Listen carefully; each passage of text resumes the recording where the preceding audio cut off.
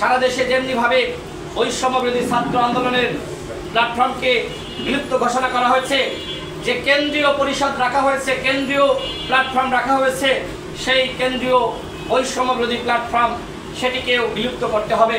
এবং আমরা সার্বজনীনভাবে এই ইতিহাসকে, এই প্ল্যাটফর্মকে আমরা স্মরণ করতে চাই, মনে রাখতে চাই, শ্রদ্ধা জানাতে চাই। বৈষম্যবিরোধী প্ল্যাটফর্ম শুধুমাত্র এনসিপির নেতারা তারা কুক্ষিগত করবে, এইটা জুলাই গণঅভ্যুত্থানের পরিপন্থী। সারা বাংলাদেশে আমরা যেটি প্রত্যাশা করেছিলাম, ডক্টর মোহাম্মদ ইউনূস সরকার তিনি আমাদেরকে একটি লুটপাটহীন চাঁদাবাজ মুক্ত গণতন্ত্র আজকে বাংলাদেশের জনগণকে উপহার দেবে। কিন্তু আমার সর্বশেষ কথা হলো, এই যে সরকারের 1 বছর অতিবাহিত হতে যাচ্ছে, 1 বছরে ডক্টর মোহাম্মদ ইউনূসের অর্জন কি? 1 বছরে দৃশ্যমান কতটুকু সংস্কার তারা করতে পেরেছে? 1 বছরে গণহত্যার বিচারে তারা কতটুকু ত্বরান্বিত হতে পেরেছে? এই 1 বছরে নির্বাচনের কতটুকু পরিবেশ তারা তৈরি করতে পেরেছে?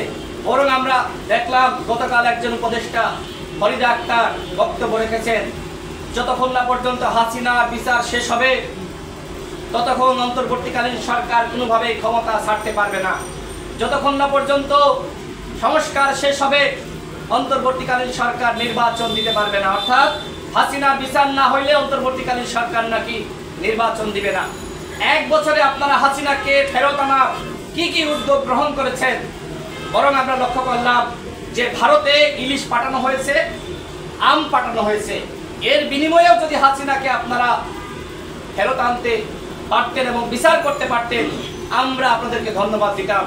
কিন্তু আপনারা সংস্কার, বিচার, নির্বাচন কোনোটাতেই আপনারা অগ্রসর হতে পারেননি। হ্যাঁ, 1 বছরের পরিবর্তন হয়েছে, উপদেষ্টাদের পরিবর্তন হয়েছে। উপদেষ্টাদের এপিএস এর দুর্নীতি আমরা দেখেছি, আমরা পিওদের দুর্নীতি দেখেছি, এমনকি উপদেষ্টাদের কেউ আওয়ামী লীগের সম্পদ পাহারা দিচ্ছে, এইটাও আমরা দেখেছি।